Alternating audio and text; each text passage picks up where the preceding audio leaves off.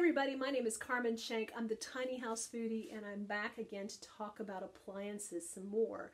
We're in the Right Sizing Your Kitchen video series, and we've already covered the food processor, which grates and slices things. We've covered the blender, which purees things, and we've covered the mixer that blends and whips things. So there are still kitchen gear, kitchen appliances that don't do any of those things, that fall outside of those categories. So today is the day we tackle those. So in your kitchen, go pull all of those other appliances out and take a look at them. Now, anything that you use once a week, and it's probably already out on your counter, and that's fine. I'm not here to try to talk you out of using something that you use once a week or more.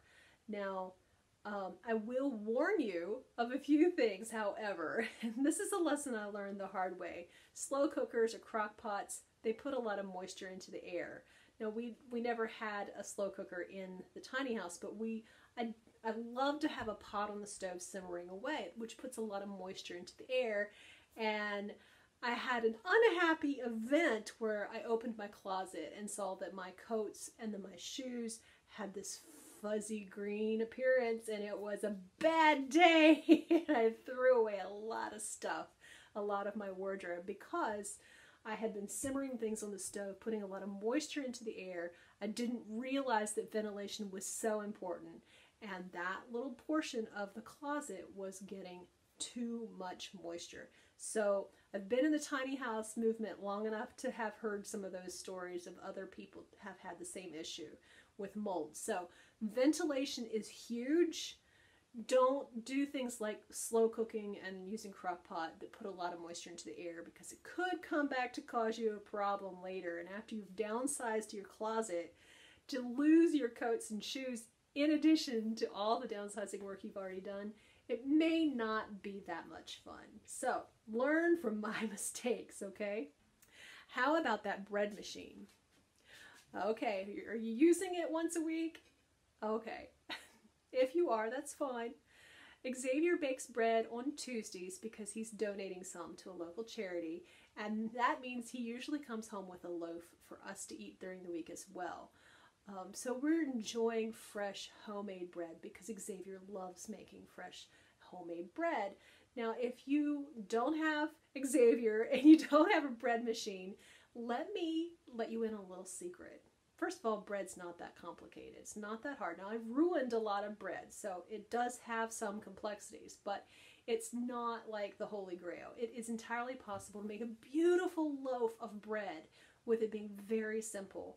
There is a no-knead bread recipe. It's baked in a Dutch oven, and you literally just mix it together and put it in there. It raises for 18 hours, and then you bake it off in the oven, and it's amazing.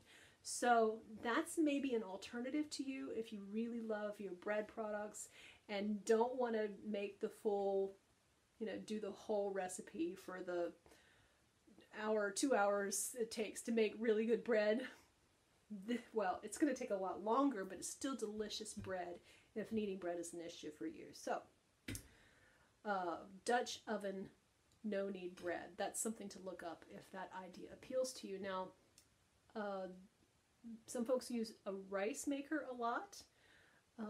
Some people are using the Instapot. Now, I've heard a lot about the Instapot, about it shortening cooking times, about it being really simple and really easy, and I think that's great. If you're using it once a week or more, then keep it, especially if you have the space for it.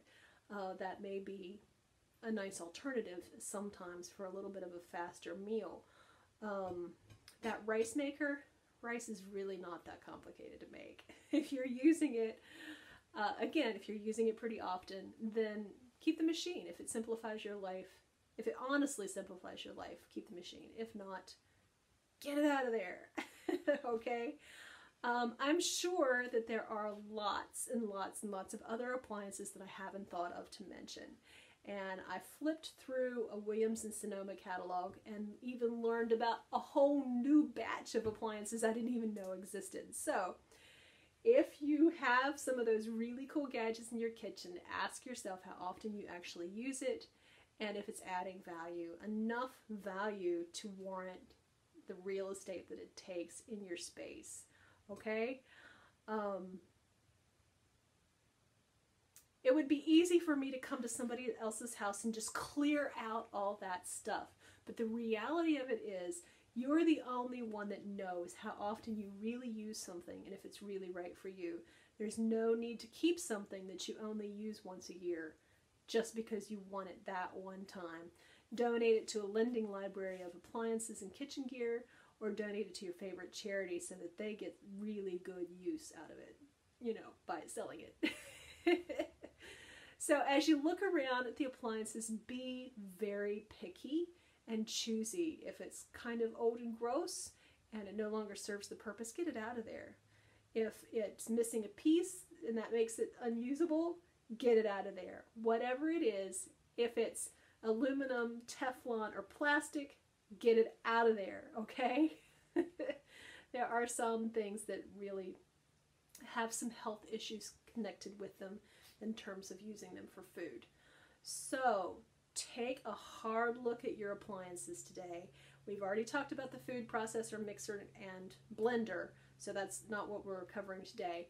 Look at all the rest of them. Also, we've talked about the toaster and there's another one we covered. What was it?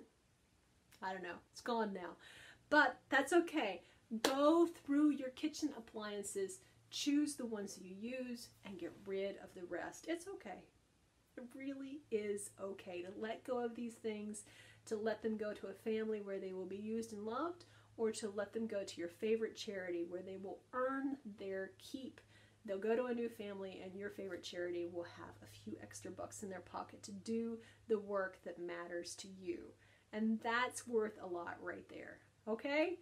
I'm Carmen Shenk, the Tiny House Foodie, reminding you that we can live tiny. We can embrace simplicity and still eat really well. Thanks so much for watching. I really appreciate it.